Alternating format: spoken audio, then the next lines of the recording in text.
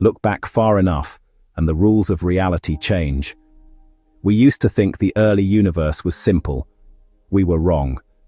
We have found monsters in the dawn of time, black holes that defy physics, and invisible structures that challenge everything we know. This is the story of how our universe truly began. Welcome to the Physics and Cosmos Academy. It is wonderful to have you here on this journey. I love seeing how global our community of explorers has become, so please say hello in the comments and let me know. Which country are you watching from today? And if you enjoy this deep dive, please like, subscribe, and share this video with other curious minds just like you. It is your curiosity that makes this channel special.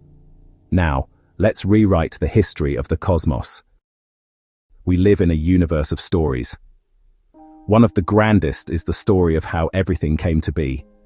We have telescopes that act as time machines, allowing us to peer back into the cosmic dawn, to the era of the very first light.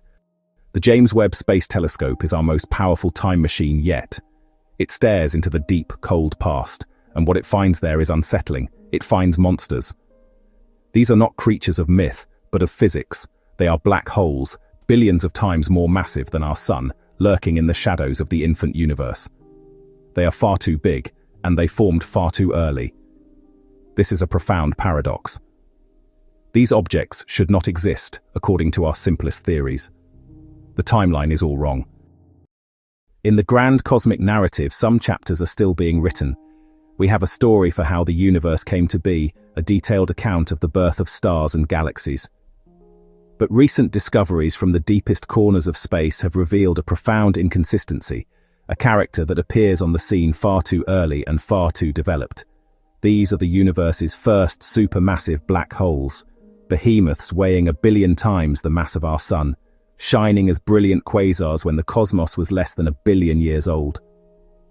To understand why these early, massive black holes are so deeply problematic, why they challenge the very foundations of our cosmological models, we must first understand the standard story, the accepted, elegant, and now seemingly insufficient theory of how a black hole is born and raised.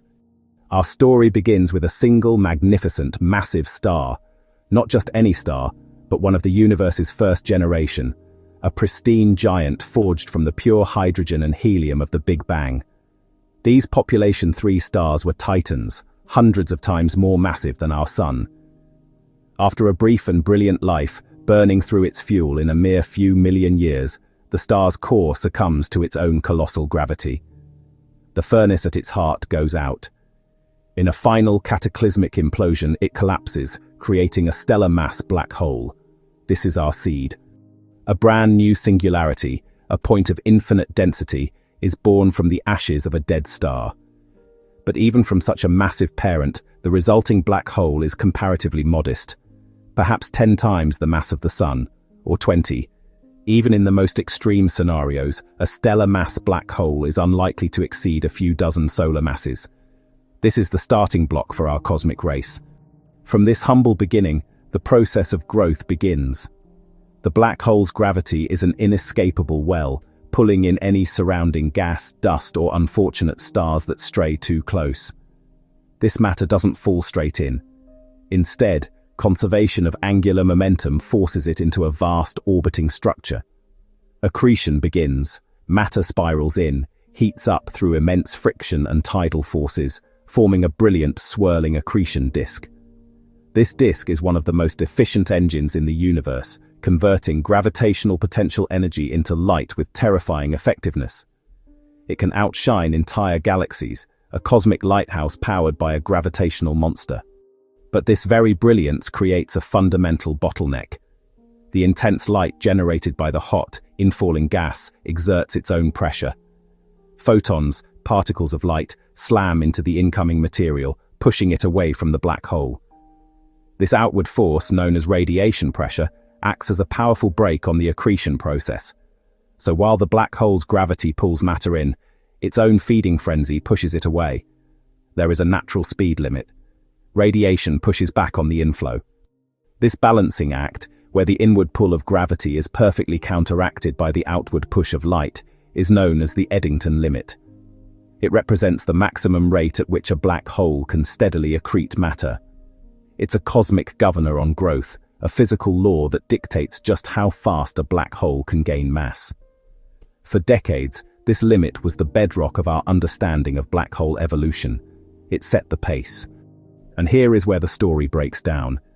Telescopes like the James Webb Space Telescope are peering back to the cosmic dawn, an era when the universe was just an infant, and they are finding fully formed monsters. The universe was only a few 100 million years old when these billion solar mass quasars appeared, blazing with the light of 1 trillion suns. The timeline simply doesn't add up. The math is unforgiving. If you start small, with a seed of 20 solar masses, and grow at the absolute maximum rate allowed by physics, the Eddington Limit, you still cannot reach 1 billion suns in time. Even if the black hole fed continuously, without interruption, for the entire age of the universe at that point, it would fall drastically short. The clock is ticking too fast, and the growth rate is far too slow. It is like trying to fill an Olympic swimming pool with a single dripping tap in under a minute. The scale of the task is immense, the tool is inadequate, and the time is impossibly short. No matter how you run the numbers, the standard model fails to produce the giants we observe in the time available. The evidence is undeniable. We see finished products, enormous mature quasars, at a time when our best models predict we should only be seeing the building blocks, the adolescent black holes still slowly accumulating mass. This paradox forces us to a stark conclusion, a crossroads in astrophysics. The standard story must be wrong in one of two fundamental ways. Either the seeds were not small or the growth was not slow, and either possibility requires a revolution in our understanding of the cosmos. The discovery of billion solar mass quasars shining brightly just a few 100 million years after the Big Bang presented a profound cosmic paradox. The standard model of black hole growth, which begins with the death of a single massive star, simply couldn't account for such rapid, gargantuan development. The timeline was impossible. Faced with this conundrum, astronomers were forced to think more creatively, to challenge the very foundations of their assumptions. What if the problem wasn't the growth rate, but the starting point itself? What if the universe had a different, more explosive way of creating the seeds of these monsters? What if, instead of a tiny stellar remnant, a seed of perhaps 10 to 100 times the mass of our Sun, the universe could forge a much, much larger seed from the very beginning? This radical idea proposes that under very specific, pristine conditions in the early cosmos, nature could skip the entire life cycle of a star. This is the heavy seed model, more formally known as the direct collapse scenario. It's a breathtakingly elegant solution that neatly sidesteps the timing problem that has puzzled cosmologists for decades. It's not just a theory, it's a complete reimagining of the first chapter in the story of cosmic giants. Think of it as a cosmic shortcut.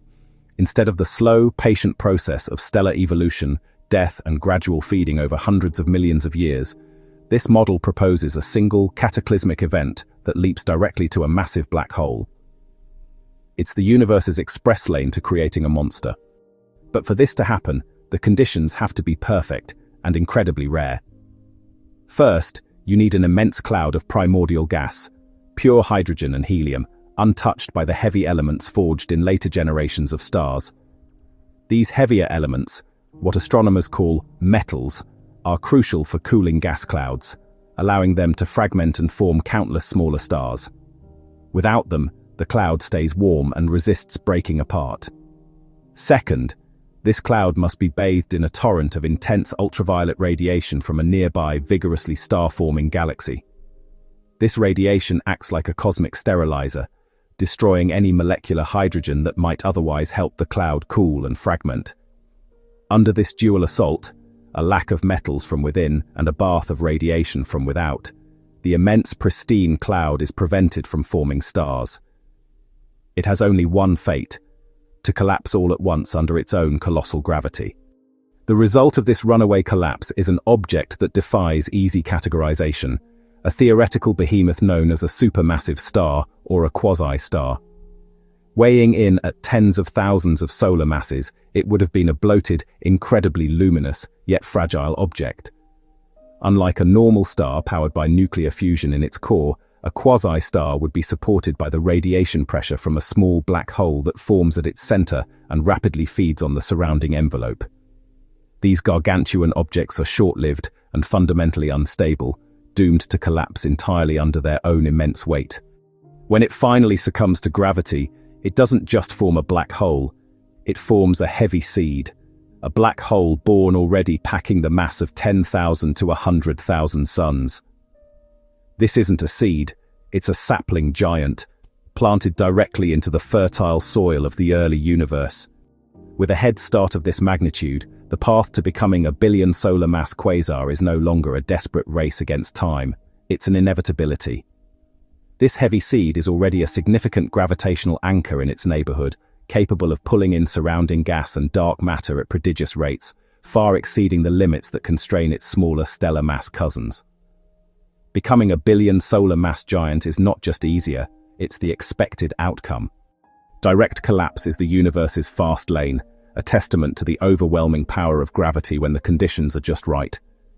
In this scenario, gravity doesn't just win, it wins decisively, bypassing the intermediate steps that define so much of cosmic evolution. By forming a heavy seed, the universe skips the messy business of stellar birth, life and death, and the long, patient millennia of slow feeding. It's a beautiful and compelling theory, but a theory is only as good as the evidence that supports it. The challenge for astronomers now is to peer back into the cosmic dawn with instruments like the James Webb Space Telescope and find the telltale signatures of these rare cataclysmic events. We must find the evidence that this cosmic shortcut was not just possible, but that it actually happened. For a direct collapse to occur, the conditions must be just right. It relies on the unique chemistry of the early universe, gas, poor in heavy elements. Heavy elements are excellent coolants that let gas fragment. Pristine hydrogen and helium are poor coolants. Without efficient cooling, the cloud stays warm and resists breaking apart. A nearby source of intense ultraviolet light destroys fragile molecular hydrogen, the only coolant available, sterilizing the cloud.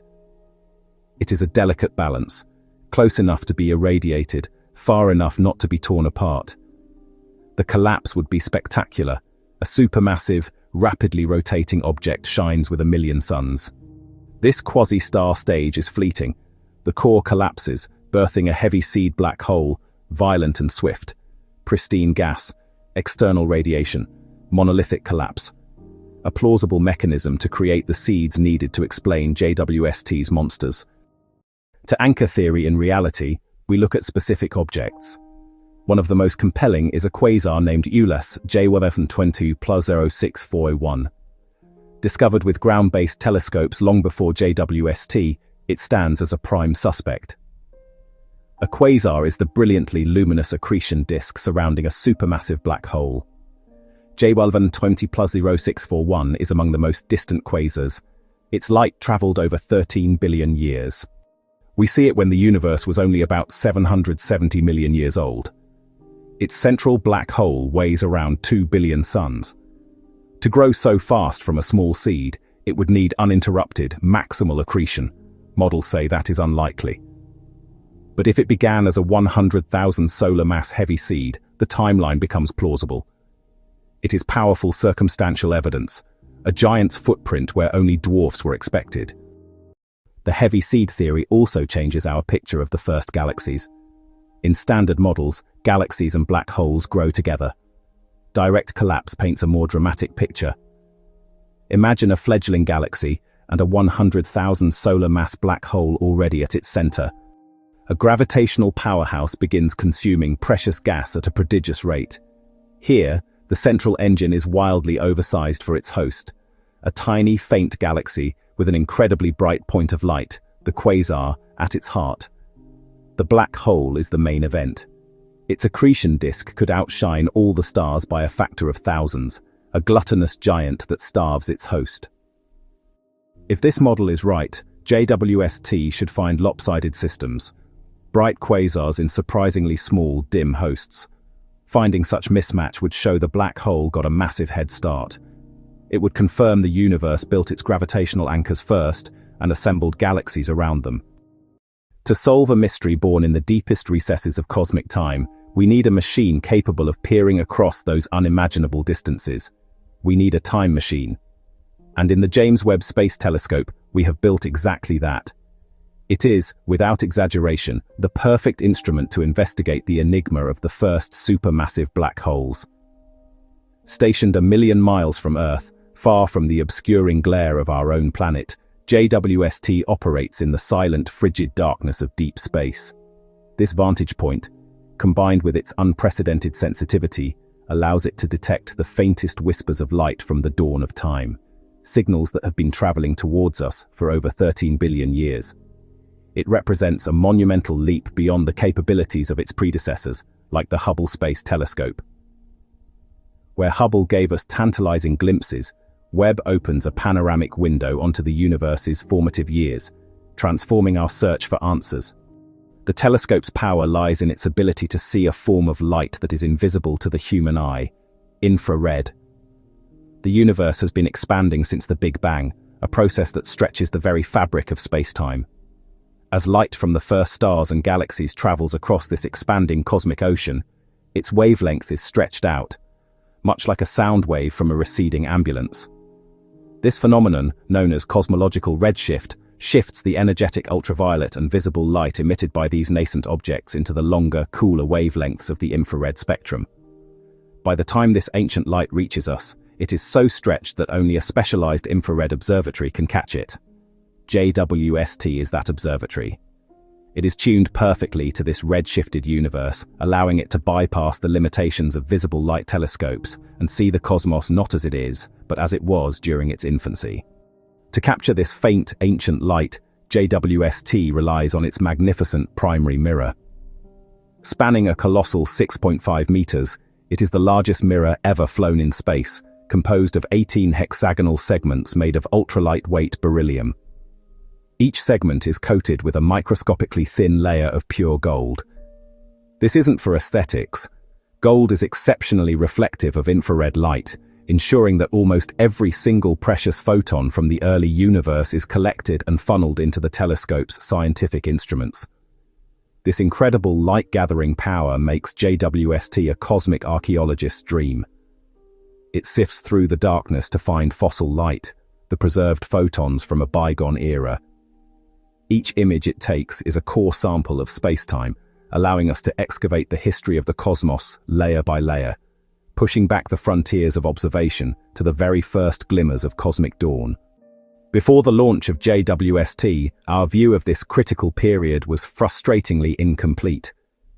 We could only spot the most extreme and unusual objects, the brightest beacons in the cosmic darkness, like the Quasar J120+0641. These were the 1 in a billion outliers, whose incredible luminosity allowed them to be seen across vast distances. But the typical average objects, the building blocks of galaxies, the smaller black holes, the first populations of stars, remained shrouded in shadow, their faint light lost in the noise. This gave us a biased and skewed understanding, like trying to understand a city by only looking at its lighthouses. We were missing the neighborhoods, the houses, the people, the very context needed to understand how these monstrous black holes grew so large, so quickly. Now, with Webb's unparalleled sensitivity, that has all changed. We can finally move beyond the outliers and begin a systematic search for the ancestors of today's supermassive black holes. We can hunt for their fainter, less developed progenitors in an era when the universe was merely 300 to 400 million years old, just 3% of its current age. This is the crucial time frame where the seeds of these giants must have been sown and begun their rapid growth. By finding a population of these objects, we can begin to chart their evolution, measuring their masses and growth rates to see if they align with our theories. Are they growing steadily or in violent rapid bursts?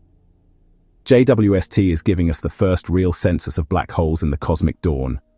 But JWST does far more than just find these distant objects. Its true power is in analysis. Using instruments called spectrographs, it can dissect the faint light from a quasar or its host galaxy, spreading it out like a rainbow. Imprinted on this spectrum are chemical fingerprints, dark lines where specific elements in the gas surrounding the black hole have absorbed light. This technique, called absorption line spectroscopy, allows us to perform a chemical inventory of the black hole's environment from 13 billion light-years away. We can determine not just what elements are present, but their abundance, their temperature, and even their motion. It's a cosmic DNA test. This chemical analysis is the key to testing our formation theories. For instance, the heavy seed model posits that the first massive black holes formed from the direct collapse of pristine primordial gas, the pure hydrogen and helium forged in the Big Bang. If this is true, the environment immediately surrounding one of these young black holes should be chemically primitive. Its spectrum should show an absence of metals, the astronomical term for any element heavier than hydrogen and helium. Finding a massive black hole embedded in a cloud of pure, unenriched gas, devoid of carbon, oxygen, or iron, would be a potential smoking gun, powerful evidence for the direct collapse of a heavy seed. Another crucial piece of the puzzle is the relationship between the black hole and its host galaxy. The light from the quasar itself, powered by matter falling into the black hole, is often so brilliant it can outshine its entire host galaxy by a factor of 1,000. To study the galaxy, astronomers must perform a kind of cosmic surgery. Using advanced imaging techniques and JWST's stable optics, they can carefully model and subtract the overwhelming glare of the central quasar. What emerges from the shadows is the faint, extended glow of the host galaxy's starlight. By measuring the brightness and size of this revealed galaxy, astronomers can estimate its total mass in stars, and thus weigh the host galaxy itself. This measurement is a critical test. Is the host galaxy surprisingly small and underdeveloped, a mere tadpole compared to the Leviathan black hole at its center? This is what the heavy seed models would predict, where the black hole forms first and the galaxy grows around it later. Or, do we find a surprisingly massive and mature galaxy, suggesting the black hole and its host have grown in lockstep from the very beginning, a process known as coevolution? This would favor models where black holes grow from smaller seeds within already forming galaxies. Each observation provides a vital clue, helping us distinguish between these competing origin stories. For decades, the question of how the first supermassive black holes formed has been a realm of theoretical debate and computer simulation. Now, the game has changed. The James Webb Space Telescope is providing the hard data, the observational evidence needed to put these theories to the ultimate test. It is transforming a vigorous debate into a direct observation. With every image, every spectrum, every measurement, it gathers testimony from the dawn of time. JWST is our primary witness in the case of the cosmic monsters. To grasp the drama of direct collapse, we need to visualize it. These are not cartoons, but complex calculations based on physics. Set a massive, pristine cloud in a strong ultraviolet field, and let gravity take over. A dark colossus begins to swirl. Filaments channel gas to the center. A brilliant quasi-star ignites. Then, a sudden collapse to a black hole. A shock sweeps outward as the event horizon forms, a birth announcement written in physics. The seed settles, a disk assembles, jets erupt, an engine of extreme power. Simulations predict what JWST should see. The signatures of quasi-stars and overmassive black holes in tiny hosts. From wide, deep fields to a single birth, we connect the largest scales to the smallest. By building simulated universes, we refine our search and learn to spot the subtlest clues. The puzzle of these early monstrous black holes is humbling. For decades, we trusted a tidy story until the universe revealed a surprise. A new instrument pulled back a curtain on a hidden epoch. The heavy seed model is elegant, a plausible cosmic shortcut to build giants in a hurry. But it is one idea among several. Science thrives on competing hypotheses. The verdict will be written by evidence, not by beauty. Our view is shaped by the tools we build. Each new window can rewrite the story. These monsters are a discovery. Discovery is the engine of science. It invites wonder and pushes us into the unknown, where deep insights are found. We peer into the darkness of the cosmic dawn. The universe is wilder and more mysterious than we imagined, and we stand on the verge of the next great discovery. Black holes do not only consume, they also exhale, hard, hot, and with terrifying force. In their brightest phase, active galactic nuclei, or AGN, drive winds so powerful they scour their galaxies. This is the breath of a black hole, not a gentle breeze, but a cosmic hurricane. From the maelstrom of the accretion disk, matter whips outward at relativistic speeds, carving tunnels through gas and dust. We witness brilliance and brutality entwined, light at the limit, pressure at the edge, gravity and radiation locked in a feedback loop that shapes galaxies. These are not quiet puffs. They are shock fronts, pressure waves, and broad, hot outflows that can outrun the galaxy's escape velocity. Where we once imagined only feeding, an endless inward fall, we now see the other half of the cycle. Inhale, exhale, growth checked by expulsion, creation tempered by destruction. The breath of the black hole writes order into chaos. How do we know that quasars blow winds? We read their spectra, the fingerprints of gas between us and the light. When outflows rush toward us, they stamp the quasar's spectrum with blue-shifted absorption lines. Troughs shaved out of the light at shorter wavelengths, where atoms and ions swallow photons as they race in our direction. These features are the telltale sign of motion toward the observer. And they can be astonishingly broad, spread by extreme velocities and turbulence. Follow those shifted lines and you can clock the storm. We measure outflow velocities of roughly 37,000 kilometers per second, about 12% of the speed of light, approximately 0.1 c. At these speeds, the wind is not a weather pattern, it is a wall of momentum, a shock-loaded front capable of sweeping entire reservoirs of interstellar gas into the halo. In some systems, those absorption troughs deepen and widen with time. In others, they flicker, tracking the breath of the nucleus as it surges and subsides. Combine spectra with imaging, and you map the paths of the outflows: conical plumes, equatorial winds, jets, broad, multi-phase shells. The data are clear. The quasar does not only shine, it pushes. What gives this breath its power? Photons. Light carries momentum. Even massless, each photon brings a push proportional to its energy. P equals E divided by C. When you flood the inner galaxy with radiation, those photons hammer the surrounding gas. They scatter, are absorbed and re-emitted, and with each interaction, transfer momentum. This is radiation pressure, and near a luminous accretion disk, it becomes a battering ram. Close to the black hole, ultraviolet photons pour off the disk. X-ray photons pour off the disk. In dense, metal-enriched gas, certain wavelengths couple strongly to ions. This is line driving, where resonant transitions act like sails catching the light. In hotter, more ionized regions, photons scatter off free electrons scattering, imparting a steadier but still relentless push. Magnetic fields can help, threading the disk and flinging material outward in magnetocentrifugal flows. But even without magnetic complexity, radiation alone can accelerate gas to extraordinary speeds.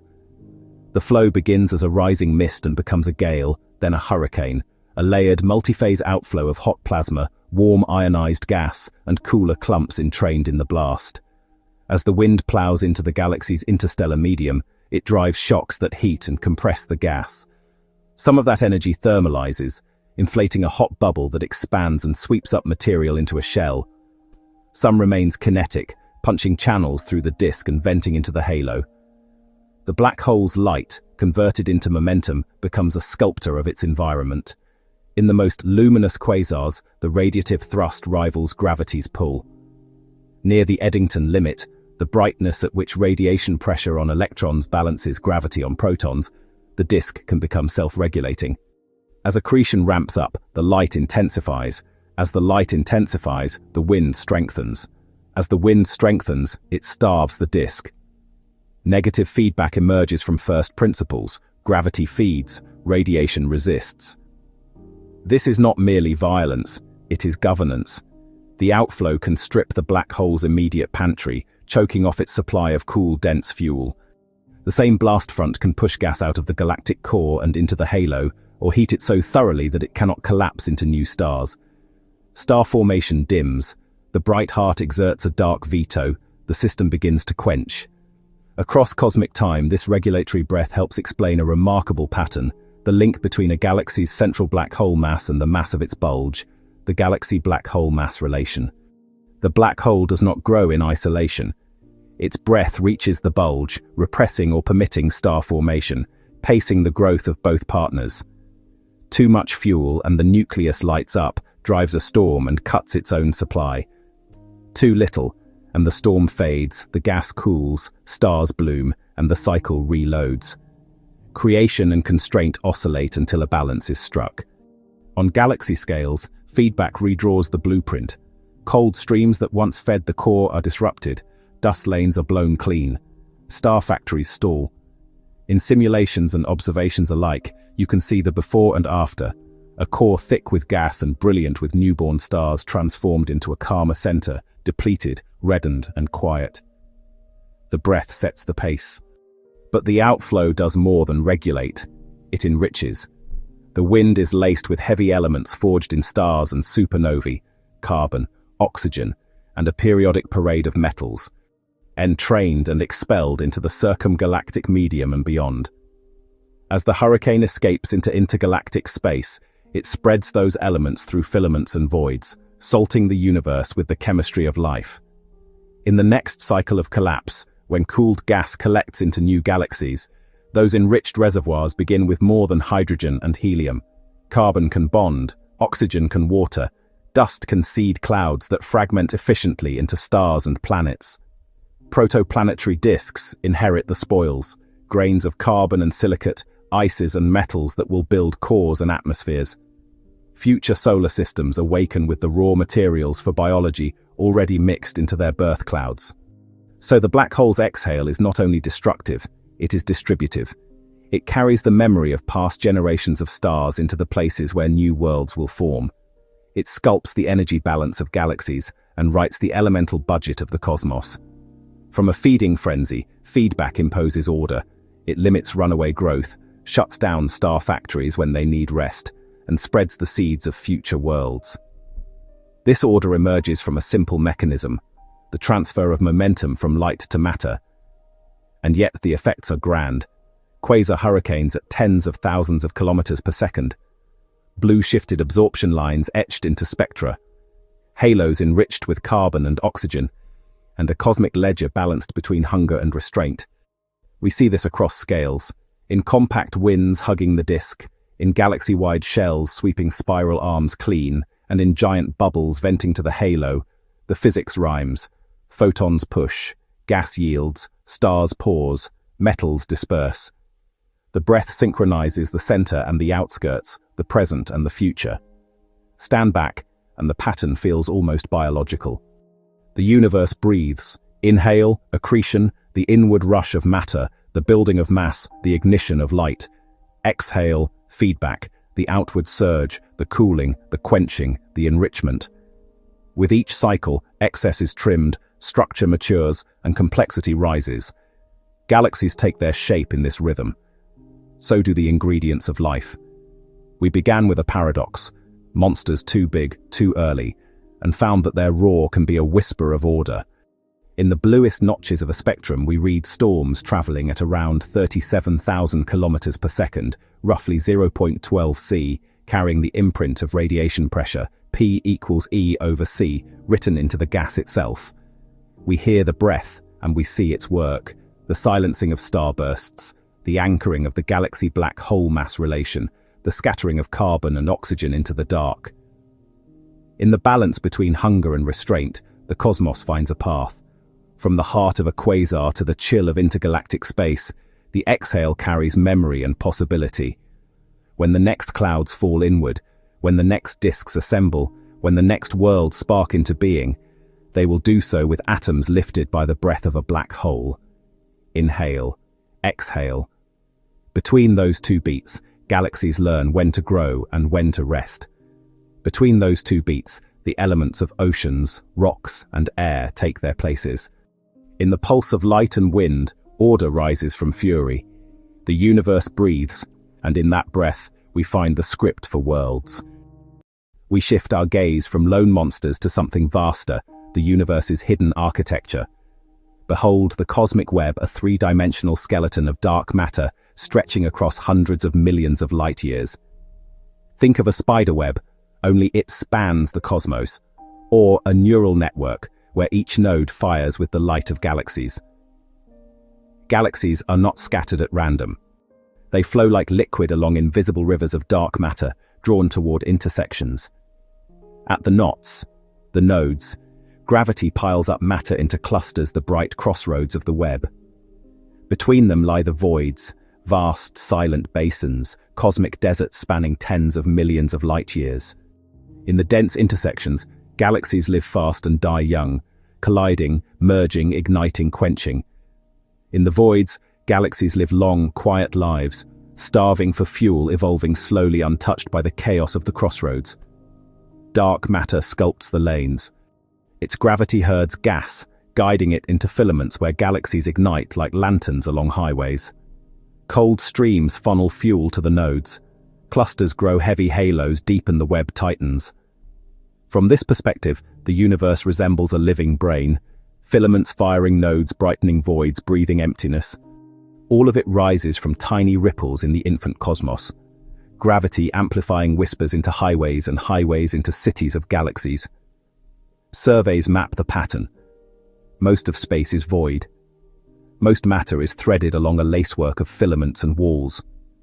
Environment writes destiny. In nodes, rich gas and constant encounters accelerate life cycles. In voids, isolation slows the clock. We weigh the skeleton with lensing X-rays, galaxy motions.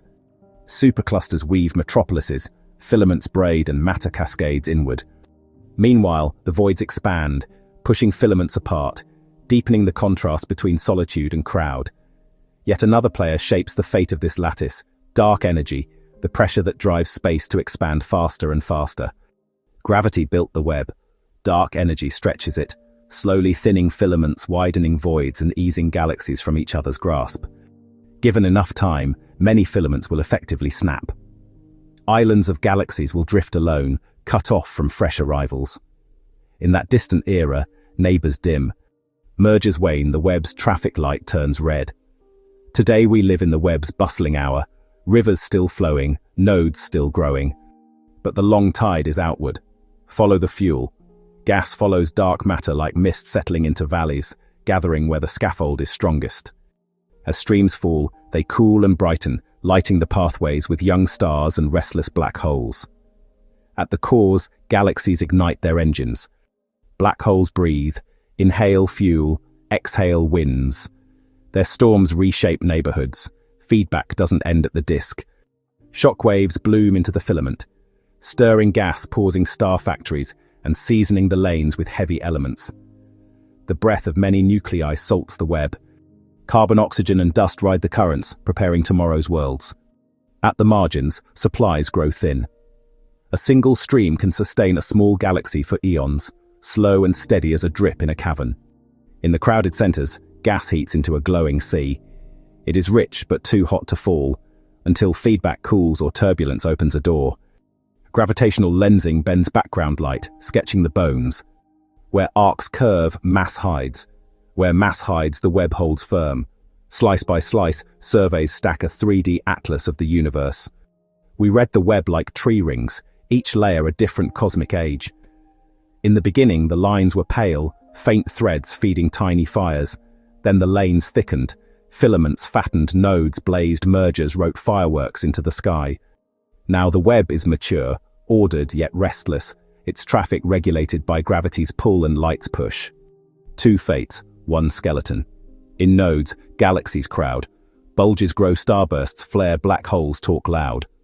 In voids, disks drift, thin blue unhurried, whispering their way through time. Between filaments lie walls, broad continental shelves of galaxies where tides of matter slide toward deeper valleys. Across these plains we find grand landmarks, immense gatherings linked by threads, too large to hold in a single glance. Everything moves. Even when it looks still, matter creeps along gradients, like dew rolling down a pane of glass. Tiny halos feel distant pulls. They stretch, tilt, and fall in step with the larger score, the choreography of the web. Each galaxy carries a family tree, a record of mergers and meals, branches grafted together by the web's slow harvest. Cosmic star-making rose with the thickening of the web, peaked when the lanes flowed fastest, and has ebbed as the flows thin. Dark energy is patient. It loosens the web, year by long year, turning highways into backroads. In the far dusk, a few bound neighbors remain, old and reserved, telling stories of the busy age when streams still sang. For now, signals still cross the lattice, echoes of supernovae, whispers of quasars, the steady glow of countless suns. From the grand to the small, the skeleton sets the stage. The place of a star is written by the place of its galaxy, the place of its galaxy by the web. It is a river system, drained of water and filled with light.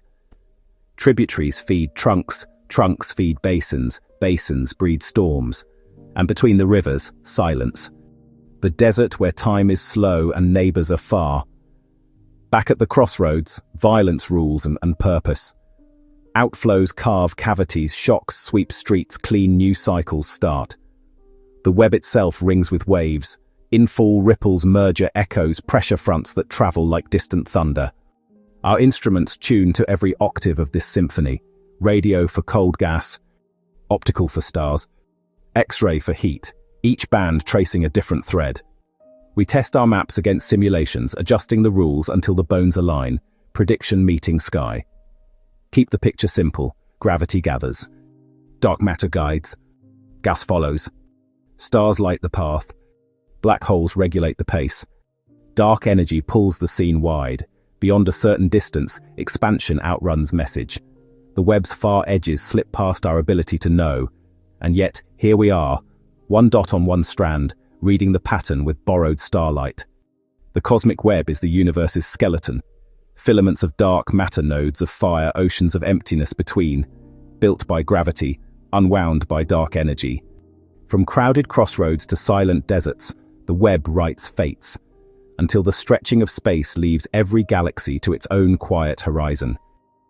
Imagine a city of stars built inside a thimble. Light so crowded it becomes pressure.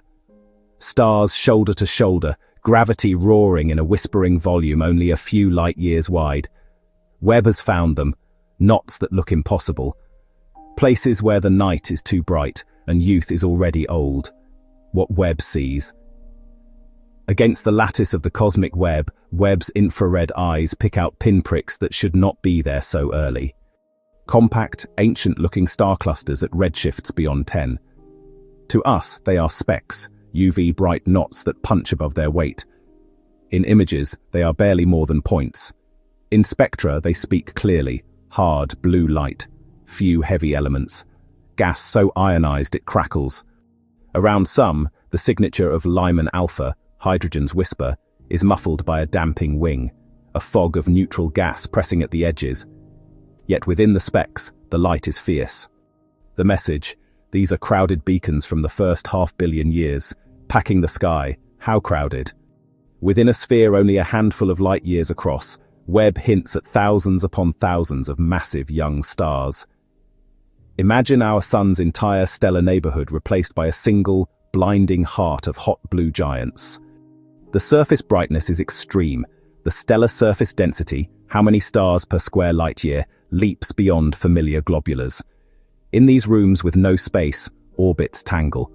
Stars thread past each other at reckless distances. Close passes become grazes. Grazes become impacts. Where crowding rules, collisions are part of the weather. Runaway merging. In such traffic, chance becomes destiny. When stars crash together, they do not shatter, they coalesce. A heavy star swallows a neighbor, becomes heavier, moves slower, sinks deeper toward the cluster's center. There it finds more partners. The rich get richer. This is runaway merging. A cascade, building superstars. Single titans hundreds of times the sun's mass. Perhaps pushing toward 1,000, they burn like blue furnaces. They pour out ultraviolet light, ionizing anything nearby. They are unstable, overfed. Close to the edge, they live fast, measured in a few million years, then collapse or detonate. In their brief reign, they shape everything around them. The paradox. And here is the puzzle. Such brilliance fights its own birthplace. Light exerts pressure. Winds from massive stars shove outward. Supernovae punch holes, stir shockwaves, rip the cluster from within. How does a knot survive its own fury long enough for Webb to catch it in the act? How do you keep a candle lit in a hurricane of its own making? If the cluster unbinds quickly, we should see debris, not discipline. Yet we see tiny, tight cores that look intact, glowing, compact. Astonishingly ordered. Dark matter halos as glue. One answer lies in the skeleton beneath everything. If these clusters sit inside unusually deep dark matter wells, the gravity is architectural. Dark matter adds invisible weight, the kind that light cannot push aside. Radiation pressure meets a wall of potential. Supernova feedback vents, but not enough to eject the whole reservoir. Gas falls back along miniature filaments into the well, even as other pockets are swept clean. The deeper the halo, the tougher the nest. Within such glue, superstars can form at the core. Winds can blow. Yet the cluster remains caged, accreting, rebuilding, self-healing. In this tug-of-war, Eddington's limit is negotiated not by a single star, but by a whole neighborhood, anchored by a halo. The same principle that feeds heavy seeds and powers galactic engines now keeps these stellar hives from flying apart. Engines of Ryanization. Their output is not just spectacle, it is policy. Ryanization, the clearing of the universe's early fog, required torrents of ultraviolet photons. A quiet drizzle would not do. These compact clusters with top-heavy light budgets are prime candidates for the job. Each superstar is a lighthouse, Together, they carve ionized bubbles, H2 regions, into the surrounding mist. Bubbles grow, bubbles touch. Bubbles merge, forming tunnels of clarity that percolate across space. Multiply this by many halos along the Webb's lanes, and you get a network of expanding windows, clearing the dawn into daylight. Evidence and tests. Webb's spectra reveal blistering ionization, strong helium lines, high ratios from oxygen, high ratios from neon. Radiation hotter than typical star-forming regions today. The rest UV continuum is blue-tilted, a hallmark of young, metal-poor, very hot populations. Some sources show almost no heavy element features, consistent with minimal prior enrichment. Around the bright knots, we infer ionized bubbles from the shapes of their spectral lines. Lyman alpha leaking where the local fog has thinned. Suppressed where it hasn't. The damping wing tells us the broader sea is still neutral, while the knots have boiled their surroundings clear. Their sizes, when lensing magnifies them, shrink to a few light years, astonishing compactness. Surface brightness profiles are steep, light falls off fast, lensing helps twice, it brightens and stretches, turning a dot into a shape. We see clumps, arcs, tiny multiple images, nature's microscope. Simulations seeded with such densities inside deep halos produce look-alike morphologies. Compact cores, star-forming skin, wind-blown cavities. Overlapping ionized shells, and the escape fraction, the share of ionizing photons that actually get out, appears high in these knots, especially where winds have drilled vents. Open questions. How top-heavy is the stellar mix, the initial mass function, in these clusters? Do they truly favor giants, or is it an observational bias toward the brightest? How metal-poor are they? Just low, or nearly pristine? Rotation. Magnetic fields. Which dominates? How long do these knots stay bound? Do they fade into globular-like clusters, or collapse into the seeds of future galactic nuclei? If a superstar collapses, does it leave a black hole hefty enough to be a heavy seed? Or do explosions erase the gains and start again? And critically, what fraction of their UV is really escaping into the intergalactic medium over time? One epoch's tunnel can be another's wall if gas falls back. The movie may flicker between clear and cloudy as feedback breathes. Continuity with the web. Filaments deliver cold streams to halos. Within the deepest pockets, gas piles up so quickly that pressure does not immediately smother collapse. It fragments into many massive clumps at once. Star formation goes vertical. Collisions become common. Runaway merging lights the central wick. Feedback punches chimneys. Some gas escapes. Some slides back down the sides of the well. The cycle loops, inhale, exhale, just as we have seen around black holes, only at stellar scales. The choreography echoes earlier monsters: heavy seeds, radiation limits, outflows that sculpt surroundings. The Webb provides the venue. Dark matter writes the stage directions. Stars perform the drama, timescales and survival. Webb sees these clusters at a moment of tension. If the superstars live only a few million years, we are catching lightning in a bottle. Perhaps that is the point. The early universe offered so many bottles, so many halos, so much cold gas. Or perhaps the clusters endure in phases. Brief, violent starbursts punctuating longer, quieter rebuilds. A halo deep enough can tether the fragments between bursts, letting the cluster relight its core again and again. What we call survival may be persistence by cycling, a strobe of formation and feedback. Consequences for galaxies. If these knots sit at the hearts of young galaxies, they may be the seeds of their future bulges, or the nuclei that later harbor supermassive black holes. Their winds enrich their halos early, seeding the lanes with the first heavy elements, carbon. In the busiest nodes, many such knots could flare at once, raising the local UV tide, accelerating ionization along the densest corridors of the Webb. In the voids, such events are rarer, slower, dimmer. The same environmental destiny now writ at the scale of clusters. Tests to come. What will settle the debate? Deeper spectroscopy to separate fingerprints of very hot stars from tiny accreting black holes. Time series observations to catch the rise and fall of winds, to measure escape fractions as they change. Sharper lensing reconstructions to pin down true sizes. Radio for cold gas. Submillimeter for dust. X-ray for high-energy remnants. And simulations pushed to finer scales, where individual stars live and die within cosmological flows. Already, morphology and line ratios are converging. The next cycles will trace the bubbles themselves, map their edges, measure how quickly they merge. Closing. We call them monsters of the dense dawn, but they are also forges of clarity. In rooms barely larger than the space between our nearest stars, they lit the first persistent daylight of the universe. They remind us that density is destiny. With patience, we will learn their faces, how they form, how they hold together, how they end.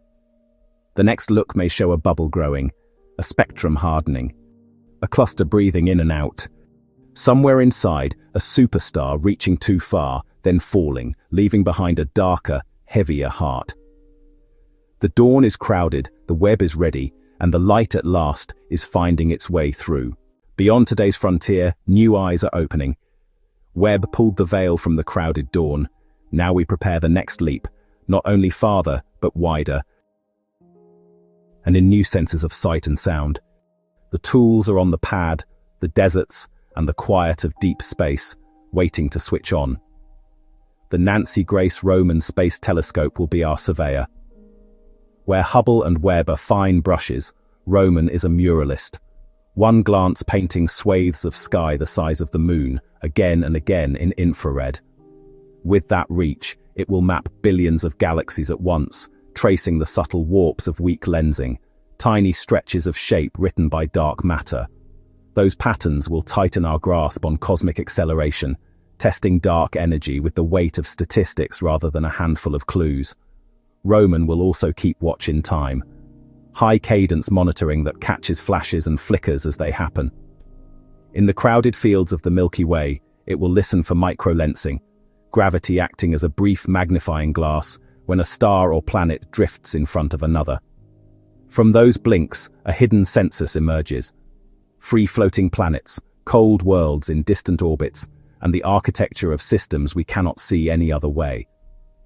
A wide field memory of the sky, updated like a heartbeat. Across 2 continents, the square-kilometer array will listen for the universe before the first stars switched on. Its strength is not a single dish, but a continent-scale ear, thousands of antennas acting as one, tuned to the 21-centimeter whisper of neutral hydrogen. That line is the signature of the Dark Ages and the First Dawn. By measuring it across many slices of frequency, we can build a 3D map through time.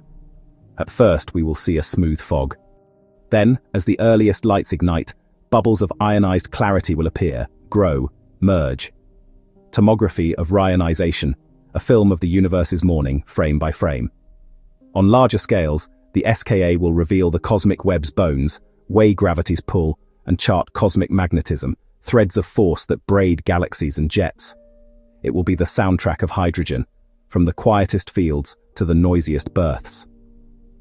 In deep space, LISA will hear what light cannot show. Gravity's bass notes across the cosmos. 3 spacecraft, millions of kilometers apart, locked by lasers into a giant triangle that follows Earth around the Sun. When massive black holes spiral and merge, they send ripples through space-time itself. LISA will feel those ripples pass.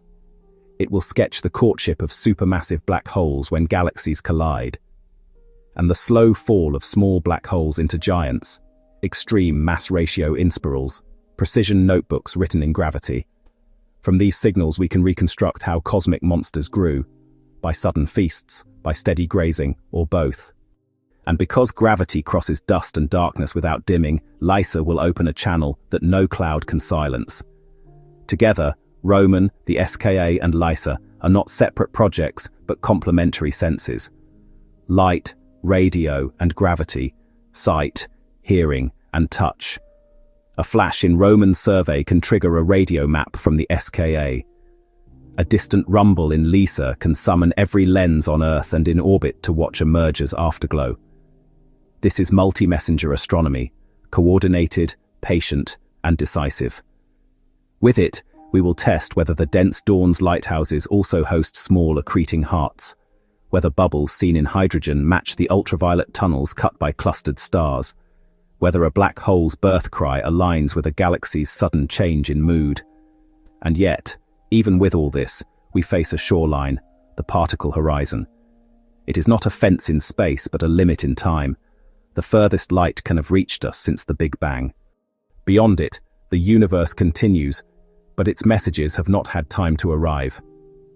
Our past light cone, the funnel of signals that can touch us, widens as time goes on.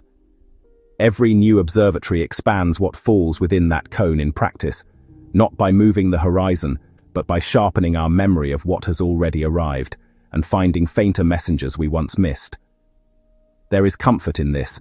The edge is not a wall, it is a clock. Some ideas go further, asking whether our observable patch is one bubble in a larger froth. Inflation, the rapid swelling of space in the first instant, explains why the cosmos looks smooth on the largest scales. In some models, inflation never ends everywhere at once. Pockets stop inflating and cool into bubble regions. The rest keeps stretching, spawning more. Each bubble could begin with different initial conditions, different effective strengths of nature's forces, different particle balances. This is the multiverse as hypothesis, not as settled fact. If such a wider reality exists, its marks here would be subtle, statistical fingerprints in the cosmic microwave background, or faint patterns from hypothetical bubble collisions, circles in the oldest light where another bubble once brushed ours. So far, no definitive imprint. The search continues, carefully, critically. The point is not to multiply worlds for their own sake, but to ask whether our laws are inevitable, or one draw from a deeper deck. At the frontier, science is as much about humility as reach. Better instruments do 2 things at once. They gather more signals, and they force us to rethink the signals we already have. A sharper survey can turn an anomaly into a pattern. A new messenger can turn a myth into a measurement. This is how the story of heavy seeds, dense clusters, and black hole weather matures, by seeing the same moment from many sides, and letting the conflicts between them teach us what is missing. So we look ahead with intent. Roman will fill in the map, where structure gathers, how dark energy steers. The SKA will give us the time-lapse of hydrogen, how the first lights cleared the fog. LISA will score it with gravity, when and where the giants met, and what they became. Together, they will draw the link from crowded star rooms to the black holes at galactic hearts, from tiny bubbles to the cleared channels between galaxies, from a flicker in the infrared to a rumble in spacetime. Stand at the shoreline and listen. The edge of the universe is not a wall, but a limit of time. As we build better tools, we do not merely see farther in space, we understand deeper into existence itself. The monsters of the dense dawn, the scaffolding of dark matter, the breath of black holes. These are first chapters, not the last word. Beyond the horizon, the story continues, and with it our capacity to read it. The universe has barely begun to tell us its story. The edge of the universe is not the end of our journey, it is just the beginning. We have seen monsters in the dark and webs of light, but there are infinite secrets left to uncover. Thank you for exploring them with us. If you enjoyed this deep dive, please remember to like this video and subscribe to the Physics and Cosmos Academy. It really helps us keep these discoveries coming. I will be reading the comments, so don't forget to let me know your thoughts and where in the world you are watching from. Share this with those curious minds in your life who love the stars as much as you do.